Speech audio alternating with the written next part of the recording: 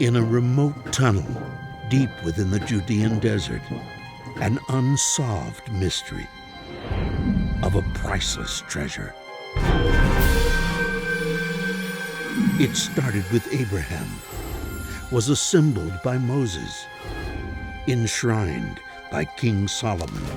Its fame would summon kings and beckon pharaohs. Its glory ravage foreign gods. What was the source of this might? Is history about to unleash its desert secrets?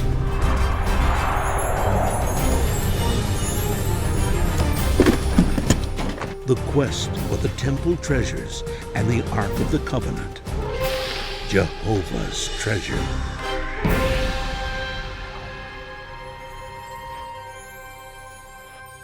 Hearty shalom to all of you. Jeffrey Seif here. Welcome to a special, very special edition of Zola Levitt Presents.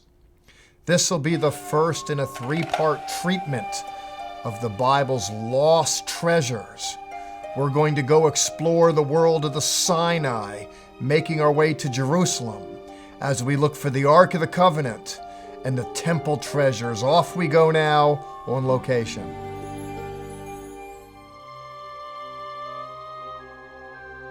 The Judean desert in central Israel, ever changing, ever the same, timeless. Archaeologist Oren Gutfeld has come here to unravel an enigma that has the archaeological community puzzled. Between 1947 and 1956, the Dead Sea Scrolls were discovered nearby in the caves of Qumran. One particular scroll hints that there are temple treasures buried within close proximity to this desert road.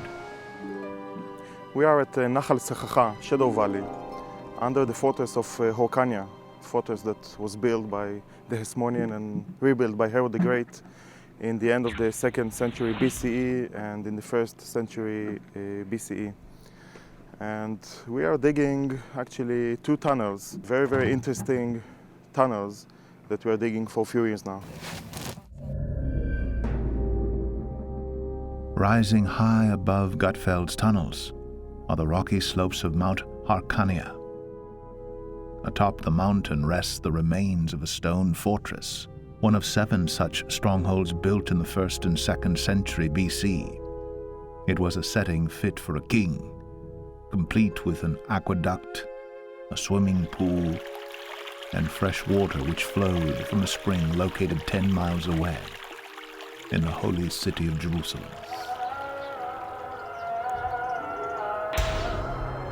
I'm up on the Mount of Olives, and below me is the Temple Mount. Author, journalist David Dolan moved to Jerusalem in 1980. The Saudi Arabian government is spending over $1 million putting on a new gold top on the Dome of the Rock shrine behind me. He resides within close proximity to the walls of the old city and reports regularly on the events of the region. Unrest in the area has been a frequent reality, but for David, the opportunity of living in this ancient holy city has been reward enough. Jerusalem, a place that conjures up thoughts and emotions of biblical proportions, and its very heart is located right behind me. There is perhaps no other site on earth that is any more holy or any more fought over. It's referred to early in the Bible as Mount Moriah, and later came to be called the Temple Mount. Topographically, it's not much of a mount, but the accounts of what happened here are more than monumental. We're told that at one point in time, the Lord God, Jehovah, chose this little tract of land to be his very residence on planet Earth. The temple built to honor him contained priceless artifacts used in worship, a veritable treasure house of gold and silver. And central to it all was the most holy object the world has ever known, the Ark of the Covenant. This is the account of that priceless treasure, how it wound up here in Jerusalem, and its enduring significance in the 21st century. And the Lord said unto Moses, Make an ark of wood, overlay it with pure gold, Make upon it a crown of gold round about. And thou shalt make 4 rings of gold and staves and 2 cherubim.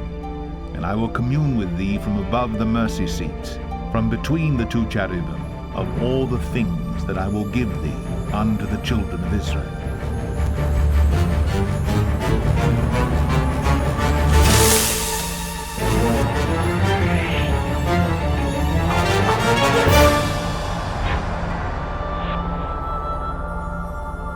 We're looking at temple treasures, true. The greatest treasure of all in the Bible, according to the Bible, are the people of Israel. And we want to look at that story.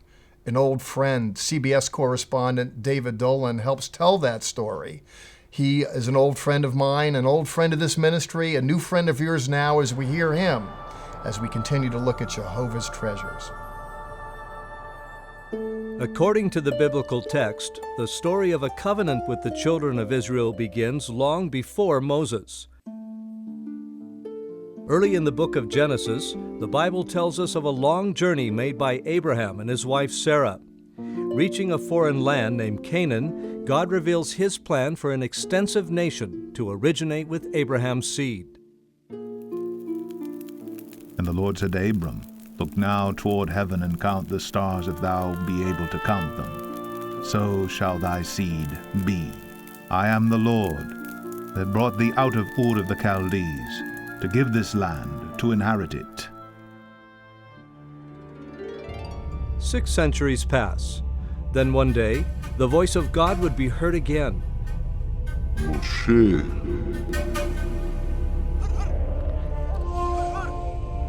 While attending sheep, Moses would hear a voice from a burning bush.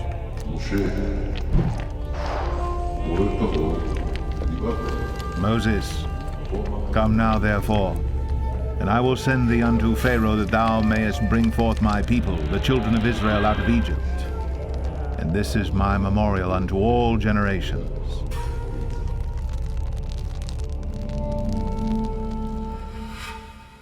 It would take time and God's orchestration of 10 dreadful plagues before Pharaoh's heart would be softened. Ultimately, the 10th plague calls for the death of every firstborn child in Egypt.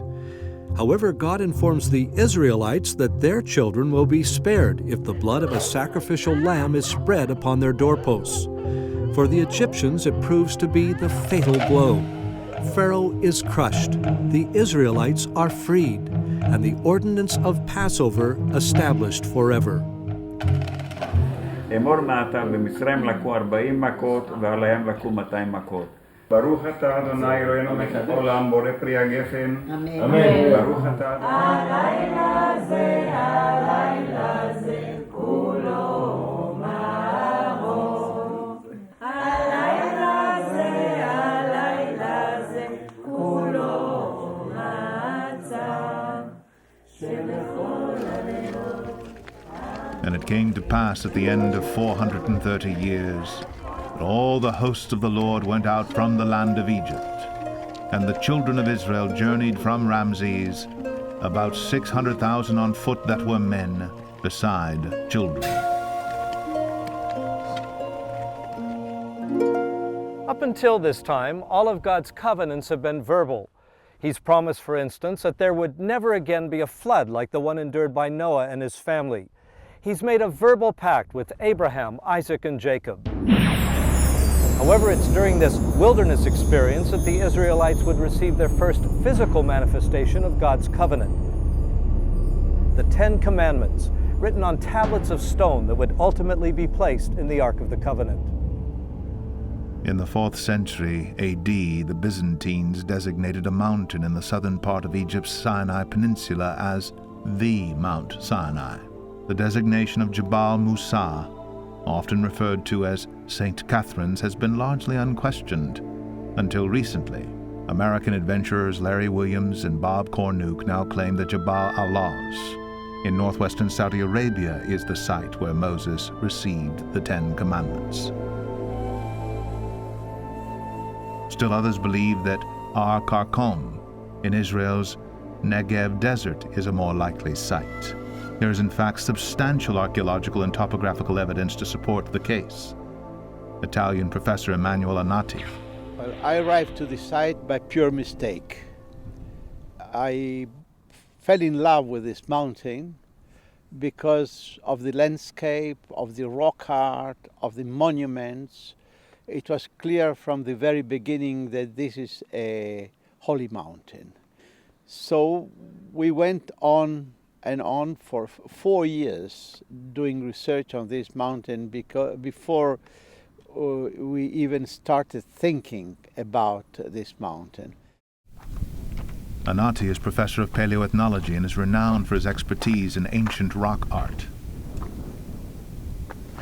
Shakar Shiloh has accompanied Anati on numerous excavations at Karkom. We have to remember that this place is located very close to Wadi Paran. The ancient biblical Wadi Paran is suggested to be one of the routes possible for a huge number of people to go from Egypt, northern parts, all the way through the Sinai Desert, through the Negev, and of course to the promised land of Canaan. As it mentioned here in the book of Exodus, it says, and I'll read it in Hebrew, Moshe haya ro'eh et tzon yitro chotno kohen Midian. Moses was walking with the flock of Jethro, the high priest of Midian, וינהג את הצאן אחר המדבר, ויבוא אל הר האלוהים חורבה. And he went to Horeb, the mountain of God, towards the desert. As the children of Israel journey through the wilderness, they are encountered by nomadic desert tribes, the Amalekites, Amorites, and Midianites. The central mountain in proximity to these tribal enemies are Karkom. It's a holy mountain full of rock art which has similarities with the biblical accounts, with shrines, holy places all over the plateau, and over 120 temporary villages at the foot of the mountain. Now I must put it clear that to me this mountain corresponds to the biblical description of Mount Sinai. And Moses wrote all the words of the Lord, and he rose up early in the morning and built an altar under the hill, and 12 pillars according to the 12 tribes of Israel. Today, 12 pillars of stone stand in close proximity to Ar Karkom, and adjacent to the stones, the remains of what could very well have been an altar. And the children of Israel sacrificed peace offerings, and Moses took the sacrificial blood and sprinkled it on the people and said, Behold the blood of the covenant, which the Lord hath made with you concerning all these words.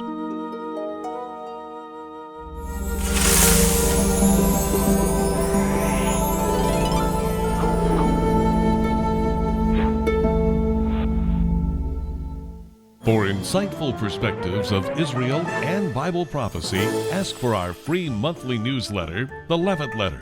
When you call, be sure to ask for our free catalog with the latest videos, books, and music.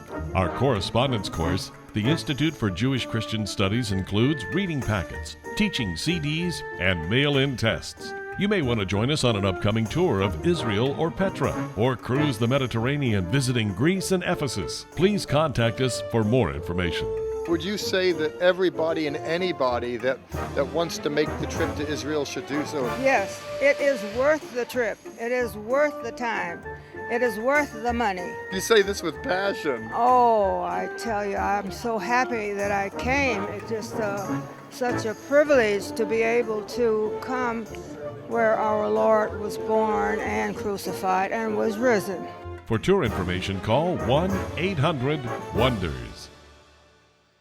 Israel. I'm so thrilled for you to see it. There's nothing like going there, and if you're game to go or want to inquire about going, call 1-800-WONDERS and get the ball rolling.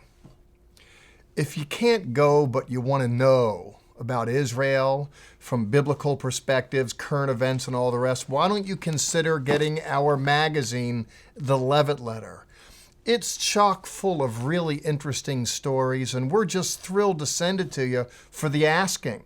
It's free. Call that number, 1-800-WONDERS, or go to our website at www.levitt.com, and you can pick it up.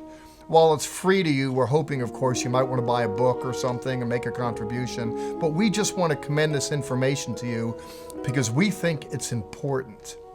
And talk about information and talk about important. If you think the information in this series that deals with the lost treasures, Jehovah's treasure, the temple, artifacts, and more, if that resonates with you and you want to get this series, it's the offer in this program, Jehovah's Treasure, and you'll learn more about that later. It wasn't enough that this covenant was inscribed in stone. In order to ensure that it endured for many generations, Moses was next told that the tablet should be placed in a special chest. In Hebrew, the word is aron. Our English translation, through the Latin word arca, is ark. God made it very clear to Moses just how he wanted this holy treasure constructed. And they shall make an ark of acacia wood. Acacia trees grow in Sinai's desert plains, and although the wood is lightweight, it is hard and extremely durable. The framework of the holy ark will be fashioned on this very wood. Bezaleel is the craftsman. His assistant is Aholiab. And Bezaleel overlaid the ark with pure gold within and without, and made a crown of gold to it round about. And he cast for it 4 rings of gold, to be set by the 4 corners of it. And he made staves and overlaid them with gold. And he made the mercy seat of pure gold. And the cherubim spread out their wings on high, and covered with their wings over the mercy seat. And Moses commanded the Levites, take this book of the law and put it inside the ark of the covenant of the Lord your God. You might wonder, where did all of that gold come from? After all, the children of Israel had been slaves in Egypt for over 400 years. Well, the Bible says that after a period of time, the Egyptians were convinced that Moses was right. These Hebrew slaves actually were chosen by their God. Fearful of more death and additional plagues, the Egyptians gladly offered to send the Israelites on their way, granting them as much gold and silver jewelry as they desired. In addition to the ark, there would be other articles fashioned of gold, silver, and brass, all to be utilized in worship while in the desert and after they ultimately arrived in Canaan. The total amount of gold collected from the Israelites amounted to over 1 ton, of silver 3 3/4 tons, and of bronze 2.5 tons. Here, along the northwest shore of the Dead Sea, more than 800 biblical and early Jewish documents have been found in the caves of Qumran.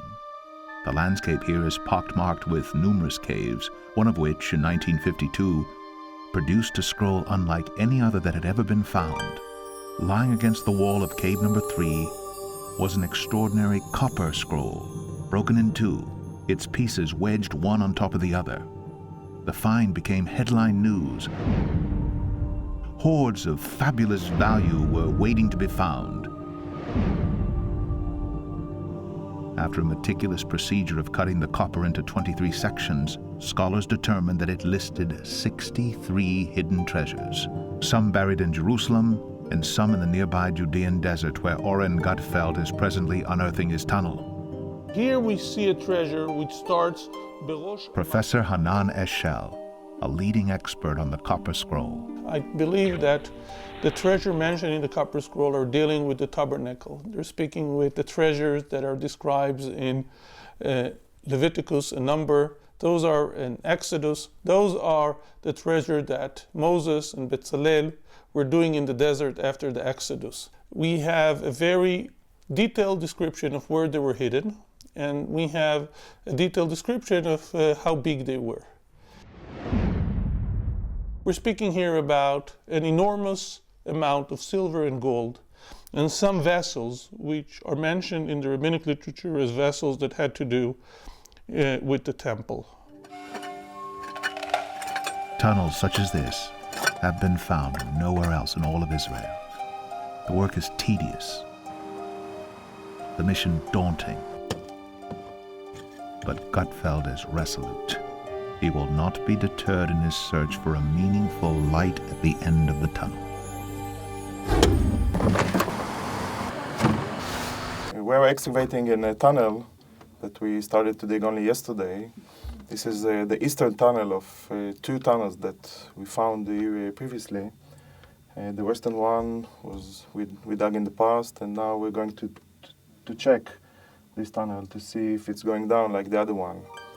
The western tunnel, which took 4 years to unearth, is located just 200 meters from the one in which Gutfeld is presently digging. Its entrance has been temporarily covered to prevent flooding from the adjoining creek bed, or wadi. The tunnel descends at a perfect 35 degrees for 130 meters, deep into the very bowels of Mount Harkania. Gutfeld's descent is precarious at best. Occasionally, niches can be found which held oil lamps for those who dug the tunnel over 2,500 years ago. We are halfway in the tunnel, and during the excavation at this point, we found a few things. Among the things found were these goat bones. Subsequent carbon-14 testing dated the bones to 590 BC, very close to the end of the First Temple period. The First Temple period is most notably associated with the first of 3 temples that would eventually be built on Mount Moriah behind me. In our story of the Ark, this first temple will serve as its eventual resting place. But before that can happen, the children of Israel must make it to Canaan. Moses was told to build a portable sanctuary, one that would ultimately be used in a torrid 40-year trek through the barren wilderness.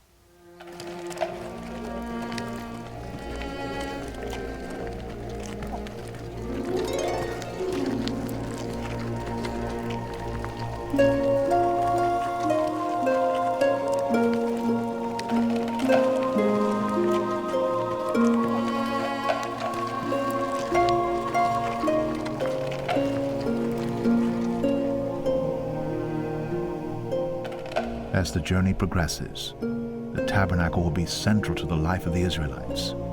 It will be overseen by priests from the tribe of Levi and serve as the home to the ark when it's not in transit. And the Lord spake unto Moses, Every man of the children of Israel shall camp around the tabernacle, some distance from it, each man under his standard with the banner of his father's house. It was here, in a desert encampment, that the Israelites were transformed from a shapeless mass of people into a nation whose progress would be prescribed down to the minutest detail. The covenant was taking form. While the digging continues in Gutfeld's eastern tunnel, we descend even further into the western tunnel. 4 years of digging, inch by inch, hoping upon hope. What would be found?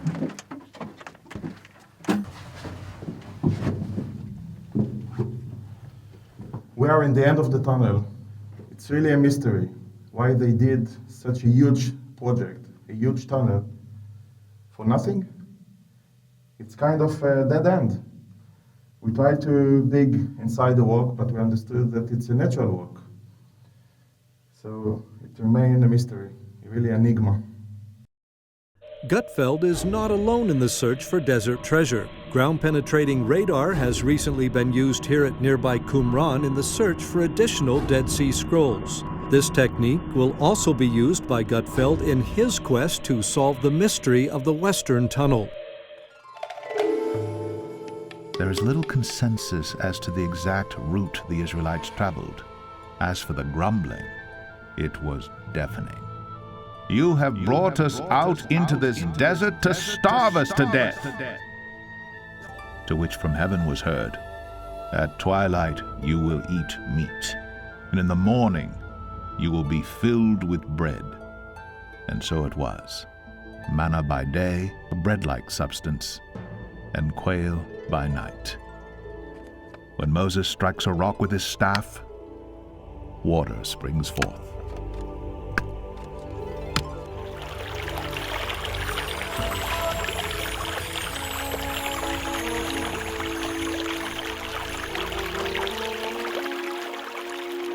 Sadly, Moses' ultimate dream will never be realized. In his final days, he will at last see the Jordan Valley from a distance, but his feet will never touch the Promised Land. In his dying moments, Moses will hear the voice of God one last time. Moshe, this is the land which I will give unto thy seed.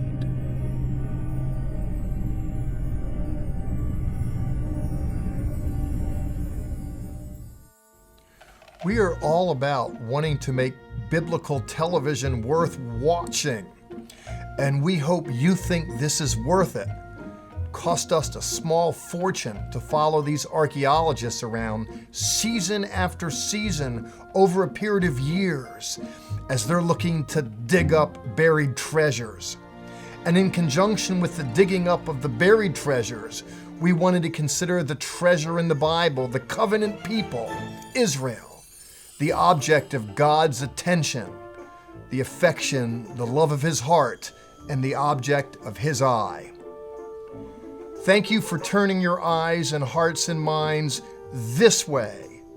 In the series program next week and the week after, we'll continue with our journey into the biblical Word.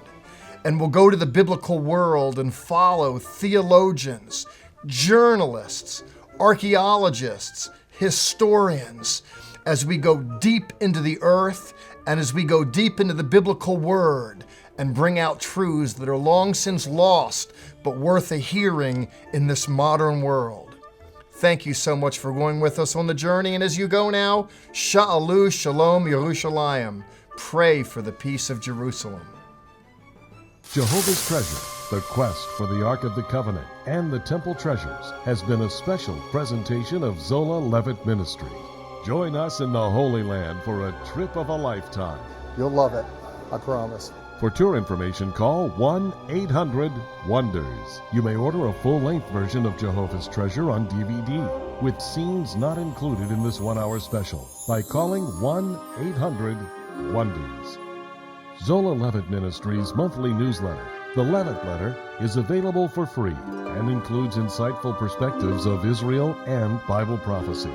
For your copy of Jehovah's Treasure with additional scenes not included in this one-hour special, call 1-800-WONDERS and be sure to ask for your free monthly publication, The Levitt Letter.